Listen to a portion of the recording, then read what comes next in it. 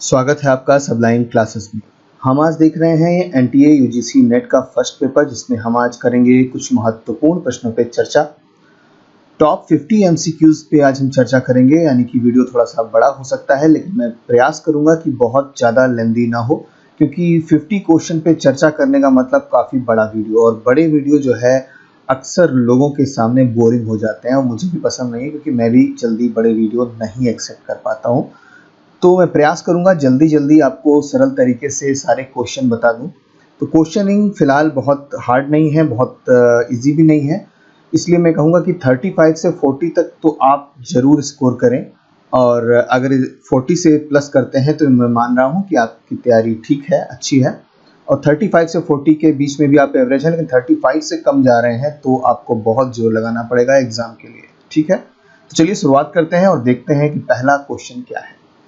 तो उच्च शिक्षा में स्वायत्तता का तात्पर्य किस स्वतंत्रता से है? तो उच्च शिक्षा यानी कि autonomy in higher education implies freedom in, उच्च शिक्षा में जो स्वायत्तता कही जाती है तो वो किस चीज की स्वायत्तता से संबंधित होती है? तो चार ऑप्शन है: प्रशासन, नीति, वित्त या पाठ्यक्रम विकास, यानी कि curriculum development, finance, policy making या एडमिनिस्ट्रेशन। देखिए चार ऑप्शन है और आप आराम से क्वेश्चन को समझ लीजिए। अगर मैं ज़्यादा तेज बोल रहा हूँ, स्पीड में बोल रहा हूँ, तो आप वीडियो को पॉज कर लीजिए, रोक कर आराम से समझ कर क्वेश्चन का आंसर लगाइएगा, और कोशिश करिएगा कि कोई कॉपी कलम आपके पास हो तो उस पर टिक कर लीजिएगा कि आपके कितने क्वेश्चन सही हुए। तो मैं तो फिलहाल आपको आंसर बताऊंगा ही। तो यहाँ पर जो सही आंसर है वो है पाठ्यक्रम विकास, यानी कि करिकुलम डेवलपमेंट। इग्नू के विशेष शैक्षिक चैनल के रूप में जाना जाता है। कौन सा चैनल जो है वो इग्नू के शैक्षिक चैनल से संबंधित है, उसके बारे में जाना जाता है। तो आपका जो सही आंसर है, बता दूं सीधे आपको आंसर पे ले चलता हूं, ज्ञान दर्शन। ज्ञान दर्शन जो है ये इग्नू का एक विशेष चैनल है, जिसमें कई शैक्षिक वीडियो के माध्यम से जो भी पाठ्यक्रम है उनके बारे में बताया जाता है। अगला प्रश्न है, शैक्षिक क्षेत्र की सेवा के लिए पहला भारतीय उपग्रह कौन है? तो the first Indian satellite for the serving the educational sector known as. तो बहुत ही सरल है ये, एडुसेट इसका फुल नाम है, और एडुसेट मतलब एजुकेशनल सैटेलाइट है। तो ये मैं इसकी आपको डेट बता दूं कि 2003 में भेजा गया था ये। तो अगर डेट पूछी जाए तो आप ये भी बता सकते हैं। भारत का पहला रक्षा विश्वविद्यालय कहाँ है, किस राज्य में है? तो रक्षा विश्वविद्यालय की बात की जा रही है, डिफेंस यूनिवर्सिटी की बात की जा रही है। तो मैं आपको सीधे आंसर पे ले चलता हूँ, हरियाणा। ये हरियाणा में है, और हरियाणा में जो इसका नाम है, शॉर्ट फॉर्म में बताऊँ आपको, तो इसको कहते हैं इंडू। इंडू मतलब इंडियन नेशनल डिफेंस यूनिवर्सिटी, ठीक है, Indian national defence university Haryana. और भी अगर डीप में पूछा जाए आपसे तो ये कहाँ है? गुरुग्राम में स्थित है। कहाँ है? गुरुग्राम में स्थित है। बिनोला एक गांव है, उसी के नाम से वहां पर ये स्थित है, बिनोला, गुरुग्राम, हरियाणा। निम्नलिखित में से कौन सा कथन राष्ट्रीय मूल्यांकन और प्रत्यायन परिषद के बारे में सही है? यानी कि बात करी जा रही है नैक की, national assessment and accreditation council की बात की जा रही है, और चार ऑप्शन आपके पास हैं। आपको आंसर इस साइड में देना है, लेकिन ये जो चार चीजें आपको दी हुई हैं इसमें से देखना है कि कौन सी चीज सही है, कौन सी चीज गलत है। तो यह एक स्वायत्त संस्था है, यानी कि ऑटोनोमस बॉडी है। तो जी हाँ है, बिल्कुल सही बात है। और ये उच्च संस्था संस्थानों का आकलन, मान्यता देने की जिम्मेदारी के साथ काम करता है। तो जी हाँ बिल्कुल करता है। और ये दिल्ली में स्थित है? जी नहीं, इसका जो हेड ऑफिस है वो बेंगलुरु में स्थित है, इसलिए गलत हो जाएगा। और इसके 5 क्षेत्रीय कार्यालय हैं, तो ये भी गलत है, क्योंकि इसके कोई भी कार्यालय नहीं है। तो दो सही है, पहला और दूसरा, और उस हिसाब से आपका सही आंसर हो जाएगा बी। Okay, next. भारत में पहला मुक्त विश्वविद्यालय राज्य में किस राज्य में स्थापित किया गया? तो चार ऑप्शन है आपके पास, यानी कि ओपन यूनिवर्सिटी के बारे में पूछा जा रहा है कि पहली ओपन यूनिवर्सिटी कौन से प्रदेश में बनी थी। तो यहाँ पर आप बताइए सही आंसर। तो मैं बता देता हूँ सही आंसर आपको, आंध्र प्रदेश। आंध्र प्रदेश में doctor Bhimrao Ambedkar open university के नाम से ये पहला मुक्त विश्वविद्यालय इस राज्य में खोला गया था। तो यहाँ पर आंध्र प्रदेश सही आंसर है, ए ऑप्शन। भारत के विश्वविद्यालय अनुदान आयोग के क्षेत्रीय कार्यालयों की संख्या कितनी है? तो यानी कि ये यूजीसी के क्षेत्रीय कार्यालयों की बात पूछ रहा है। यहाँ पर एक चीज़ मैं आपको बता दूं कि क्षेत्रीय कार्यालय के साथ साथ जो मतलब हेडक्वार्टर है वो भी आपको इसमें ऐड करना पड़ेगा, क्योंकि अगर सिर्फ क्षेत्रीय कार्यालयों की बात हो रही है, सिर्फ रीजनल ऑफिसेस की बात हो रही है, तो वो 6 हैं और ये 7वां ऑप्शन में 7 है। तो 7 क्यों सही हो जाएगा? क्योंकि एक तो हो गया आपका नई दिल्ली, और यानी कि एक आपका नई दिल्ली प्लस 6 क्षेत्रीय कार्यालय हैं, टोटल हो जाएगा 7। तो इस हिसाब से तो नई दिल्ली और जो 7 हो जाएंगे। तो मैं आपको 6 और नाम बता दूं कौन कौन से हैं। तो पुणे है, और भोपाल है, भोपाल, और कोलकाता है, कोलकाता, और हैदराबाद है, इसको शॉर्ट फॉर्म में HYD लिख देता हूँ मैं, और गुवाहाटी है, गुवाहाटी। कितने हो गए? 5 हो गए। और लास्ट है बेंगलुरु, यानी कि बेंगलोर, कुछ भी लिख दीजिए, बेंगलुरु।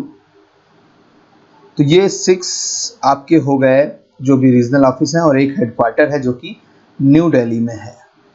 तो ये अलग से लिख देता हूँ मैं। तो टोटल हो जाते हैं 7। ओके, तो 7 इस हिसाब से सही हो जाएगा। विश्वविद्यालय अनुदान आयोग यूजीसी का औपचारिक उद्घाटन 28 दिसंबर 1953 को निम्नलिखित में से किसके द्वारा किया गया था? तो 53 यानी कि 1953 को जो उद्घाटन किया गया था यूजीसी का, वो किसके द्वारा किया गया था? तो सही आंसर है श्री मौलाना अबुल कलाम आज़ाद, इनके द्वारा किया गया था। और खास बात बता दूं कि 1956 में जो इसका जो यूजीसी का ऑटोनोमस बॉडी का जो बनाया गया था, संसद के द्वारा इसको पारित किया गया था कि ये अब एक ऑटोनोमस बॉडी है, एक स्वायत्त संस्था है। तो इस तरीके से कभी पूछा जाए, उसको जो मानक के अनुरूप जो स्वायत्तता मिली थी वो 1956 में मिली थी यूजीसी को। और डॉक्टर मौलाना अबुल कलाम आज़ाद पे मैंने एक क्वेश्चन आपसे पहले भी पूछा था कि किसके नाम पर राष्ट्रीय शिक्षा दिवस मनाया जाता है? तो वो डॉक्टर मौलाना अबुल कलाम आज़ाद के नाम पर मनाया जाता है। बस क्वेश्चन यहाँ पर एक मैं बना देता हूँ, अगर आप इस वीडियो को देख रहे हैं तो तुरंत कमेंट बॉक्स में किस दिन मनाया जाता है ये जरूर बता दीजिएगा कि डॉक्टर मौलाना अबुल कलाम आज़ाद के जन्म दिवस के रूप में जो राष्ट्रीय शिक्षा दिवस मनाया जाता है ये किस दिन, उसकी डेट आपको बतानी है। यहाँ पर ये फिर से पूछ रहा हूँ एक बार, क्योंकि एक बार मैं पूछ भी चुका हूँ, आज फिर से पूछ रहा हूँ। कई लोगों ने गलत आंसर दिया। प्लीज़, नेशनल एजुकेशन डे की बात कर रहा हूँ, यहाँ पर आपको बताना है। ओके, उम्मीद करता हूँ आप कमेंट बॉक्स में इसका आंसर देंगे।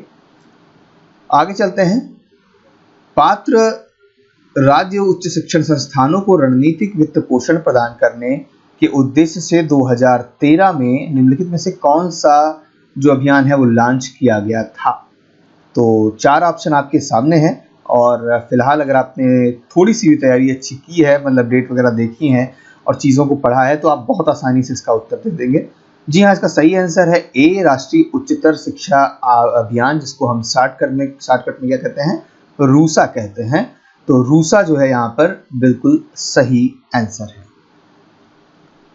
भारत में उच्च शिक्षा के लक्ष्य निम्नलिखित में से कौन से हैं? तो यहाँ पर आपको बताने हैं उच्च शिक्षा के लक्ष्य, यानी कि हायर एजुकेशन के जो हमारे गोल्स हैं उनको बताना है। ठीक है, देखिए मैं थोड़ा जल्दी आज पढ़ा रहा हूँ क्योंकि 50 क्वेश्चन है। आप लोग सोच रहे होंगे वैसे मैं बहुत आराम से पूरा टाइम लेके आपको समझाता हूँ, लेकिन यहाँ पर ज़रूरी है कि आप एग्ज़ाम के आसपास चीज़ें देख रहे हैं, समझ रहे हैं, तो उनको थोड़ा जल्दी आपको देखना पड़ेगा। तो ये एक ऐसा MCQ सेक्टर मैंने टाइम बनाया है यहाँ पर कि 50 क्वेश्चन को आप देखते हुए चलें, और अगर नहीं भी पता है तो उसके बारे में समझ लें थोड़ा सा। और अगर आपके पास अच्छा खासा टाइम है तो आप उसके बारे में पूरा डिटेल हमारे वीडियोस से या गूगल से कहीं से भी आप देख सकते हैं, है ना। तो फिलहाल क्वेश्चन पे आते हैं। हायर एजुकेशन इन इंडिया क्या गोल्स हैं? तो अभिगम्यता भी है, न्याय संगतता भी है, क्वालिटी और एक्सीलेंस भी होता है, रिलेवेंस यानी कि संबद्धता भी होती है, वैल्यू बेस्ड यानी कि मूल्य बेस जो होती है हमारी शिक्षा वो भी होती है, कंपलसरी एंड फ्री एजुकेशन नहीं होती है। तो ये हम काट देंगे, बाकी ABCDE हमारे सारे सही हो जाएंगे। तो यहाँ पर आपका 3 यानी कि थर्ड ऑप्शन सही हो जाता है। ओके, चलते हैं आगे।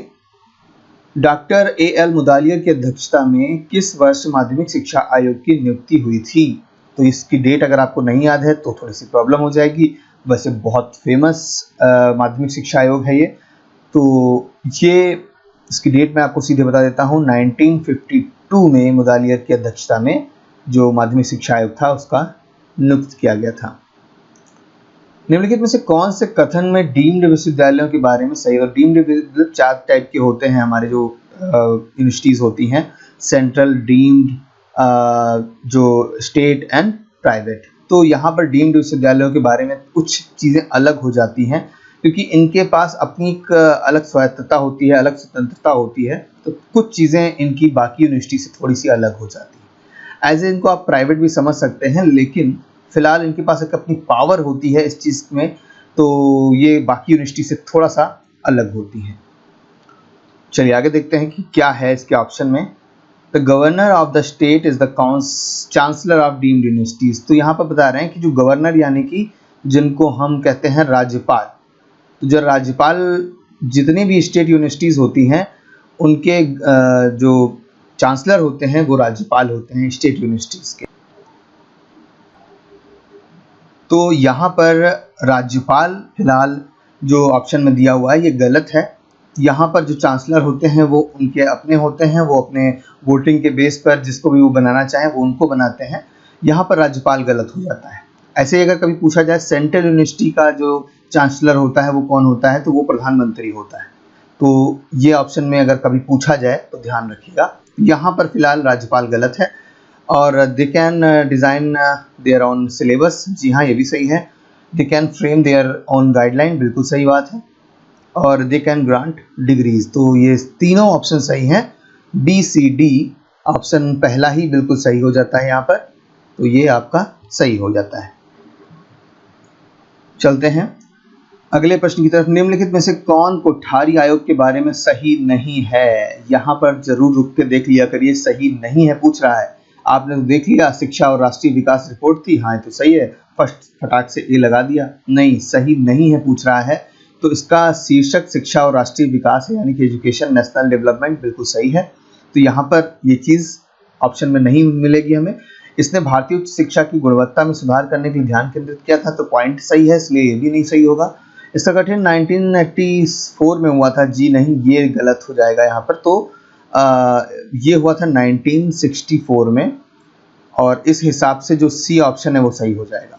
ठीक है, दौलत सिंह कोठारी की अध्यक्षता में हुआ था, तो ये भी सही है, इसलिए आपका सी ऑप्शन यहाँ सही नहीं है और आंसर आपका सही हो जाएगा सी। तो आज का मीडिया समाज समीकरण बड़े पैमाने पर है। तो the media society equation is largely, तो मीडिया जो है वो किस प्रकार की बातों पर या किस चीज़ पे फोकस कर रहा है, ये बात यहाँ पूछी जा रही है। तो ऑप्शन है रहस्यमय, उपभोक्ता केंद्रित, नैतिक रूप से बाध्य या परंपरा केंद्रित। तो देखिए जो ना रहस्यमय है, ना ही नैतिक रूप से बाध्य है, ना ही कोई परंपरा को लेकर चल रहा है, ये उपभोक्ता केंद्रित है।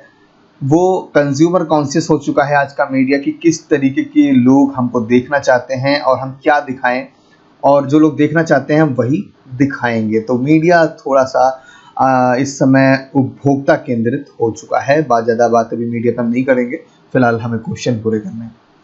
तो निम्नलिखित में से कौन जन मीडिया का एक कार्य है? तो जन मीडिया यानी कि मास मीडिया की बात हो रही है। क्या करता है मास मीडिया? तो संस्कृति का संचार करता है, बिल्कुल सही बात है, बिल्कुल सही बात है। राष्ट्रीय नीतियों का निर्माण करना, नहीं, कोई नीतियों का निर्माण नहीं करता। न्यायपालिका को अपने फैसले लेने में मदद के लिए कोई भी हेल्प नहीं करता है। शेयर बाजार को स्थिर करने के लिए भी कोई हेल्प नहीं करता है। तो यहाँ पर द ट्रांसमिट कल्चर पॉइंट सही हो जाएगा और ए ऑप्शन आपका सही हो जाएगा। मधुमक्खी का नृत्य अन्य मधुमक्खियों को संदेश देता है कि कहाँ नेक्टर मिलेगा। तो ये किस प्रकार का संचार का उदाहरण है? तो मधुमक्खी एक प्रकार का नृत्य करती हैं और बाकी मधुमक्खियों को बताती हैं कि नेक्टर कहाँ मिलेगा। नेक्टर देखिए फूलों से इकट्ठा होता है और उसी से शहद बनता है, जिसको वो अपने छत्ते में आप देखते हैं कि मधुमक्खियों के छत्ते से शहद मिलता है, तो वो एक नेक्टर की हेल्प से ही बनाती हैं मधुमक्खियाँ। तो ये किस प्रकार का संचार है कि वो अपने लोगों को बता रही हैं कि नेक्टर कहाँ मिलेगा? तो यहाँ पर समूह संचार यानी कि ग्रुप कम्युनिकेशन बिल्कुल सही आंसर है। तो वो अपने लोगों को बता रही हैं, तो एक ग्रुप कम्युनिकेशन बनाती हैं। यहाँ पर बी ऑप्शन बिल्कुल सही है। न्यू मीडिया जैसे computer, teleshopping, internet and mobile telephony के माध्यम से जो संचार होता है उसे क्या कहते हैं? तो मनोरंजन कहते हैं, परस्पर संवाद कहते हैं, विकासात्मक संचार कहते हैं या सिर्फ संचार कहते हैं? तो हम आपको सीधे आंसर पे ले चलते हैं। इसे कहते हैं इंटरैक्टिव कम्युनिकेशन यानी कि परस्पर संवाद। ठीक है, इंटरैक्ट होते हैं हम एक दूसरे से, जो भी न्यू मीडिया होता है, टेलीशॉपिंग करते हैं तो एक दूसरे को इंटरैक्ट करते हैं।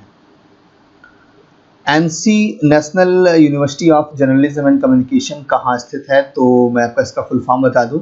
एनसी का मतलब Makhan Lal Chaturvedi National University of Journalism and Communication. तो ये कहाँ है? तो मैं सीधे आपको ले चलता हूँ भोपाल।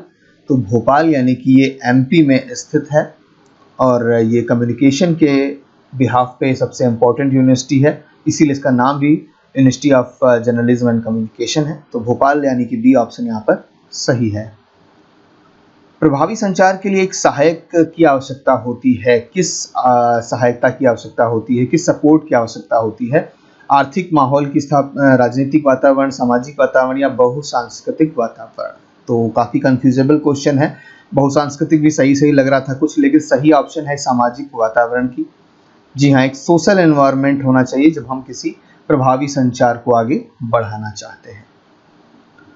विचारों और संदेशों को मौखिक और गैर मौखिक संकेतों में बदलना क्या कहलाता है? तो यहाँ पर पूछा जा रहा है transforming thoughts, ideas and message into verbal and non verbal science in refer to as. तो जब हम किसी संदेश को किसी गैर मौखिक संकेतों में बदलते हैं तो हम कर क्या रहे होते हैं उस समय?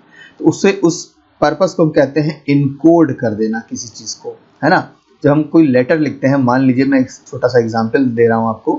लेटर को क्या करते हैं? लेटर लिख के पैक कर दिया, पैकेजिंग कर दी, तो एक हिसाब से हमने इसको इनकोड कर दिया और सेंड कर दिया। तो यहाँ पर सबसे पहले कोई भी सेंडर काम करता है तो वो इनकोडिंग का ही काम करता है, किसी भी बात को भेजने के लिए या बताने के लिए। कक्षा में शिक्षक संदेश या शब्दों के रूप में संदेश भेजता है, छात्र वास्तव में क्या है? तो एक जो टीचर है वो खड़ा हुआ है और अपनी बात बोल रहा है कि कुछ भी पढ़ा रहा है, बच्चे सारे सुन रहे हैं बैठ के, यहाँ पे सारे बच्चे बैठे हुए हैं। तो ये पूछ रहे हैं कि शिक्षक संदेश तो दे रहा है शब्दों के माध्यम से, लेकिन एग्जैक्टली वहाँ पे बच्चे क्या हैं?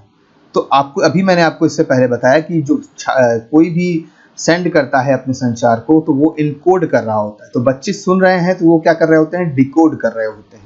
तो इस हिसाब से आपका बच्चों का जो ऑप्शन हो जाएगा वो हो जाएगा डिकोडर्स, यानी कि बच्चे जो भी संचार है अपने जो टीचर की बात सुन रहे हैं उसको समझ रहे हैं, समझने का मतलब उसको वो डिकोड कर रहे हैं। तो बी ऑप्शन यहाँ पर सही हो जाता है। संचार की वह विधि जिसमें एक ही स्रोत को एक साथ बड़ी संख्या में रिसीवर तक सूचना पहुंचाना शामिल है, क्या कहलाता है?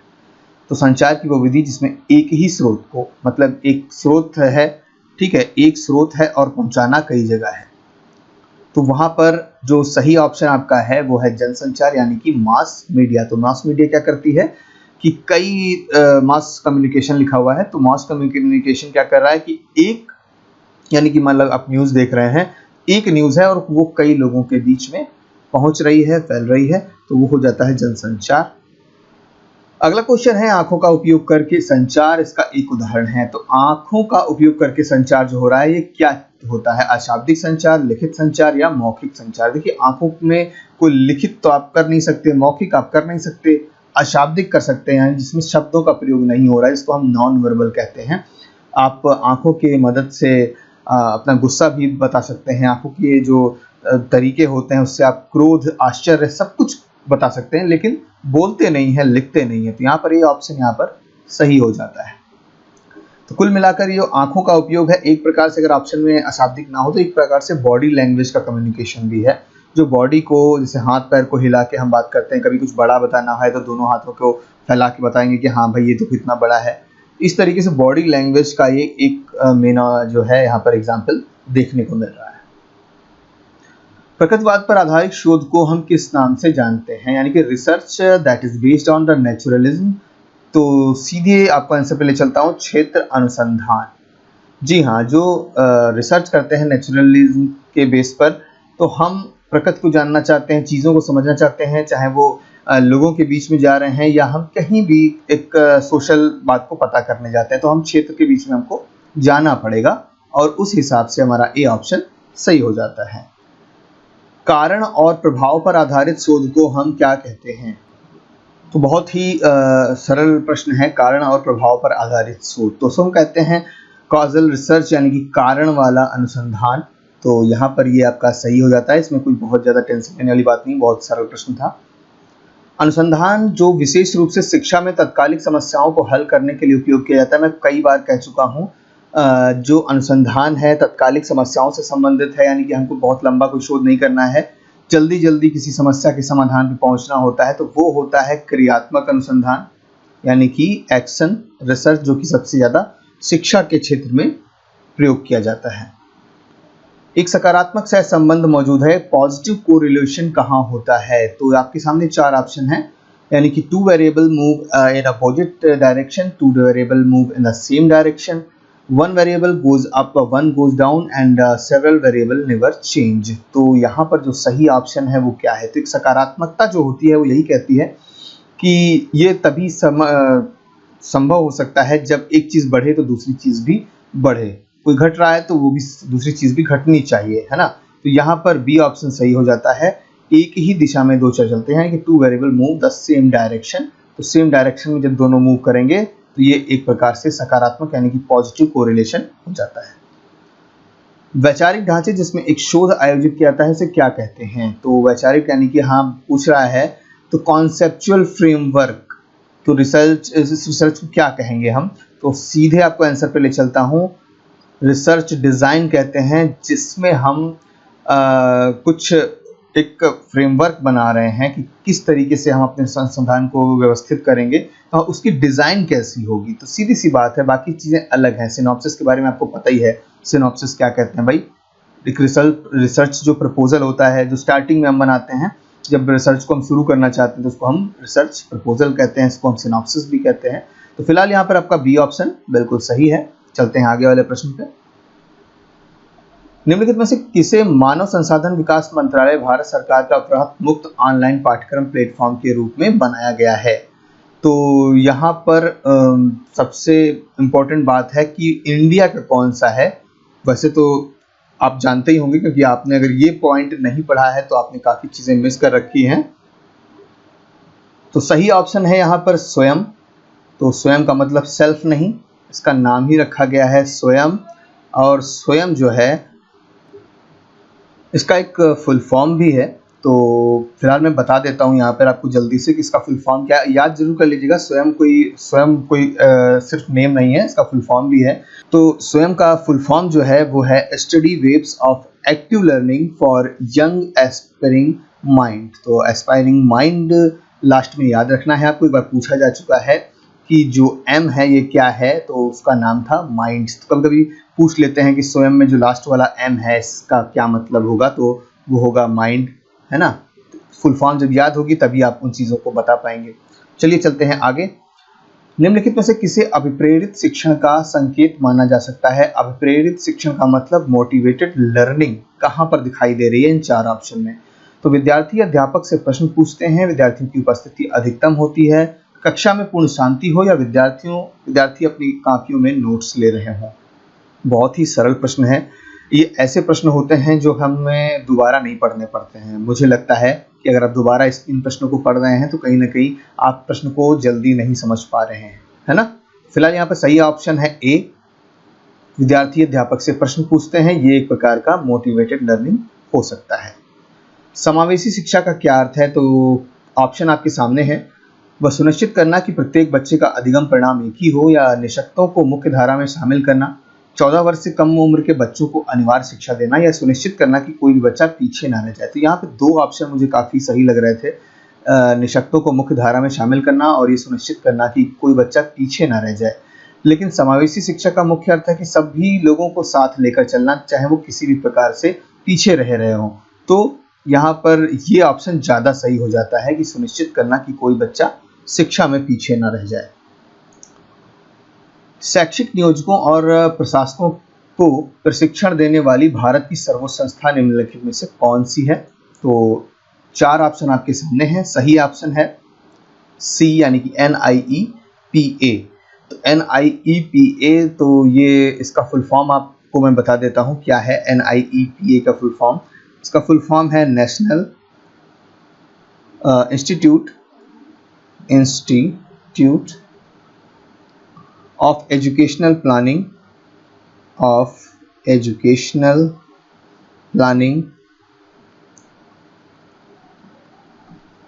एंड क्या है, ए है लास्ट में, एंड एडमिनिस्ट्रेशन।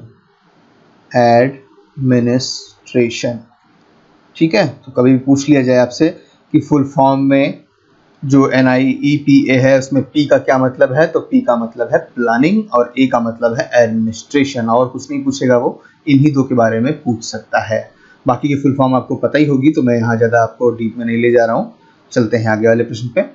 नैदानिक मूल्यांकन यानी कि यहाँ पे मूल्यांकन से संबंधित प्रश्न है। तो ये पूछा जा रहा है कि यहाँ पर नैदानिक मूल्यांकन कहाँ पर देखने को मिल रहा है। देखिए 3 प्रकार के मूल्यांकन है, तीनों के बारे में आपने पढ़ लिया होगा, नहीं पढ़ा है तो आप मेरे वीडियो को देख सकते हैं कि मूल्यांकन के प्रकार कितने प्रकार के होते हैं और क्या क्या उसमें अंतर होता है।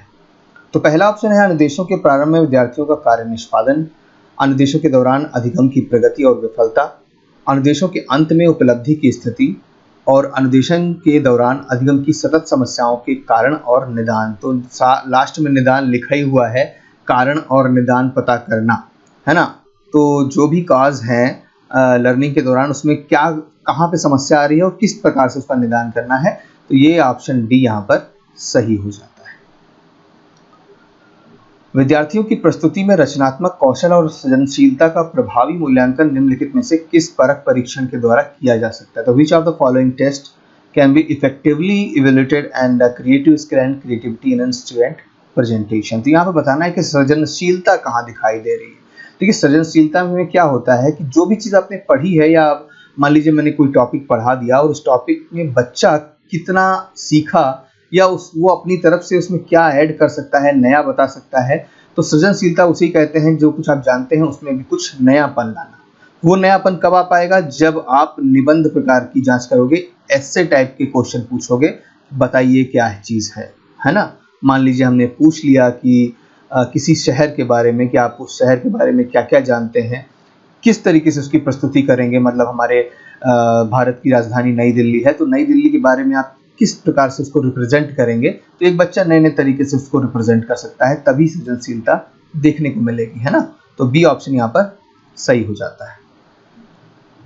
अब थोड़ा सा रीजनिंग के प्रश्न है एक दो। तो अमन मधु का पुत्र है, विनोद मधु के पति का भाई है, अमन और विनोद में क्या संबंध है। देखिए यहाँ पर थोड़ा सा समझने वाली चीज है, जो लोगों ने पूछी थी मुझसे, उसको मैं ज्यादा फोकस करना चाहता हूँ। तो अमन जो है, इसको मैं ऐसे गोलदारे में बंद कर देता हूँ। अमन मधु का पुत्र है, तो मधु को यहाँ बंद कर देते हैं। तो अमन पुत्र है इसलिए प्लस है, और मधु अभी हम नहीं डिसाइड करते हैं कि मधु क्या है। तो विनोद मधु के पति का भाई है, तो विनोद जो है मधु के पति, यानी कि चलो पी लिख देते हैं पति को, और वो पति है तो प्लस है, मधु माइनस है, तो इस तरीके से एक पेयर हो गया। और भाई कौन है, विनोद, तो ये प्लस हो गया, और हमने इसको इस तरीके से जोड़ दिया। अभी पूछ रहे हैं अमन और विनोद में क्या संबंध है, मतलब ये रिलेशन पूछा जा रहा है ना, ये क्वेश्चन मार्क में आ गया। तो ये जो क्वेश्चन है, बस यहीं पर लोगों ने पूछा कि अमन और विनोद का संबंध चाचा और भतीजा दोनों समझ में आ रहा है, भाई ये इनके मम्मी पापा हैं, ये चाचा जी हैं जो विनोद हैं। तो अब यहाँ पर ऑप्शन जो चाचा है ये सही होगा या भतीजा सही होगा, ये कंफ्यूजेबल होता है। तो मैं आपको ये बताने वाला था यहाँ पर कि अमन और विनोद में क्या संबंध है पूछा जा रहा है। क्वेश्चन को समझ लीजिएगा, इंग्लिश में भी समझ लीजिएगा, अमन एंड विनोद लिखा है। तो सबसे पहला जो नाम होता है, अमन और विनोद के बीच में कोई नहीं है, तो दो ही लोग हैं, तो अमन सबसे पहले पूछा जा रहा है। तो अमन विनोद का क्या है ये समझ लीजिए, है ना। अमन विनोद का क्या है, भतीजा है, तो ये सही ऑप्शन हो जाएगा, और डी ऑप्शन यहाँ पर सही हो जाएगा। अगर विनोद पहले लिखा होता कि विनोद और अमन में क्या संबंध है, तो विनोद अमन की कौन है, चाचा है, तो विनोद अंकल हो जाते और ये ऑप्शन सही हो जाता। तो फिलहाल यहाँ पर आप उम्मीद है जो समस्या थी आप लोगों को मैंने दूर कर दी है।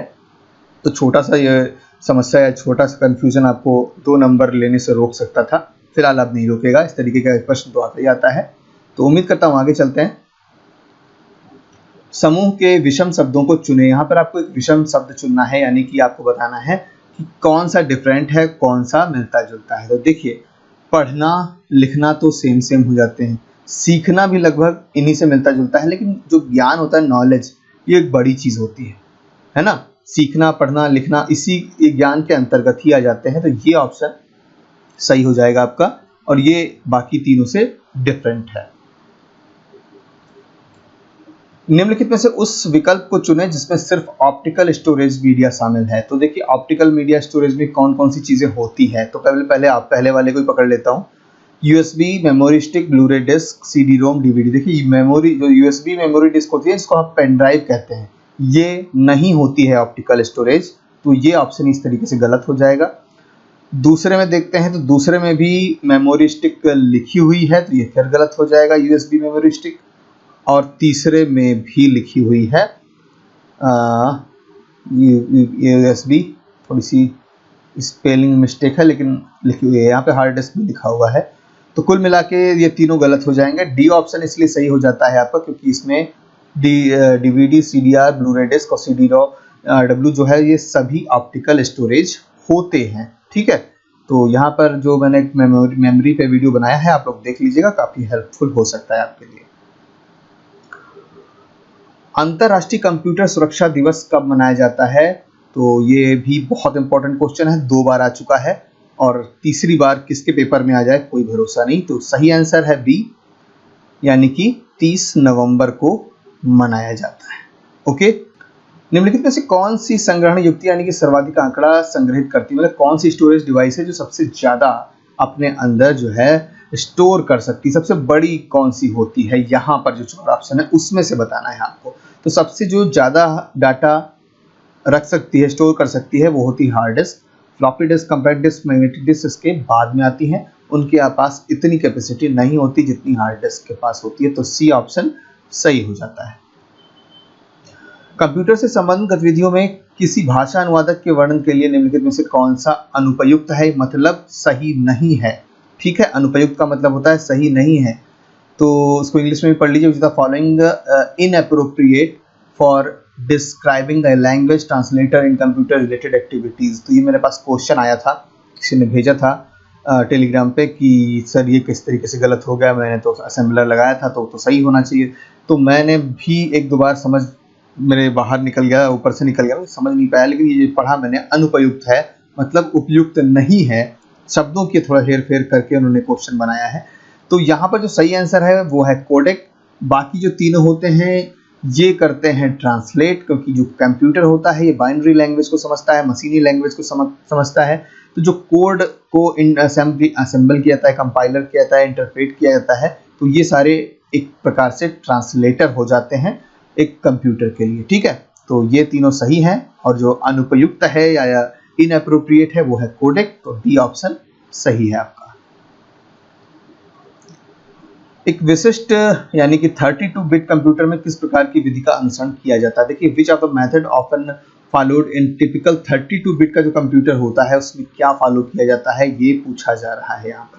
तो सीधे आपको आंसर पे ले चलता हूँ, वो है 2, जिसको हम कहते हैं बाइनरी, और जो 8 होता है उसको हम कहते हैं ऑक्टल, 10 को हम कहते हैं डेसिमल्स, और 16 को हम कहते हैं हेक्साडेसिमल। तो जो 2 होता है 32 बिट कंप्यूटर उसी को फॉलो करता है, और इस हिसाब से आपका ऑप्शन सही हो जाता है ए। निम्नलिखित में से कौन सी दशमलव संख्या 27 की बाइनरी संख्या है। तो जो दशमलव संख्या 27 है इसको बाइनरी में निकालना है। बाइनरी के लिए मैंने कई वीडियो बनाए हैं, आप देख सकते हैं, और ये सबसे सरल प्रश्न है। अगर बाइनरी में इस तरीके का प्रश्न आ रहा है तो आपके लिए काफ़ी सरल है, क्योंकि इस तरीके के प्रश्न बहुत कम ही आते हैं। लेकिन ये प्रश्न फिलहाल मैंने लास्ट ईयर के ही क्वेश्चन पेपर से उठाया है, तो फिलहाल इस बार भी आ सकता है। तो आप वही वाला जो मेरा स्केल है, अगर आपने वीडियो देखा है तो देख लीजिएगा कि 1, 1, 2, 4, 8, 16, तो ये 27 है, 16 दूनी 32 होता है, तो हम 32 पे नहीं जाएंगे, अंदर ही हमारा काम हो जाएगा। और इसको अगर हम जोड़ेंगे तो किस तरीके से जोड़ लेंगे, क्या 27 से 16, 27 के अंदर 16 आ रहा है तो ये 1 हो जाएगा। फिर कितना बचेगा, अगर 27 से 16 हम घटाएंगे तो हमारे पास बचेगा, यहाँ पर आपको इजी करने के लिए दिखा देता हूँ, यहाँ पे बचेगा 11। तो हम जो दूसरे नंबर पे आएंगे 8, यानी कि 11 में से हमें 8 घटाना है, और 1 लिख देना है यहाँ पर। अब फिर कितने बचेंगे? 3। तो 3 जो है वो 4 से जो है छोटा है, इसलिए 4 को हम 0 कर देंगे। और फिर यहाँ आएंगे तो देखेंगे 3 2 से बड़ा है, तो हम यहाँ से 3 से 2 घटा देंगे और 1 लिख देंगे और 1 लिख देंगे। ठीक है, ये शॉर्टकट तरीका है। वैसे मैंने आपको बताया है कि किस तरीके से आप नॉर्मली कर सकते हैं। तो 11011 आपका सही आंसर है, तो बी ऑप्शन यहाँ पर सही हो जाएगा। ठीक है, अगला प्रश्न है भूकंप के संदर्भ में रिएक्टर स्केल पर परिमाण 1 यानी परिमाण 1 की वृद्धि का क्या अर्थ है? मतलब अगर मैग्नीट्यूड 1 बढ़ जाता है तो क्या अंतर आएगा? तो भूकंप तरंगों में आयाम में 10 गुना वृद्धि हो जाएगी, भूकंप तरंगों की ऊर्जा में 10 गुना वृद्धि हो जाएगी, भूकंप तरंगों की 2 गुना वृद्धि हो जाएगी, या फिर से भूकंप तरंगों में 2 गुना वृद्धि हो जाएगी।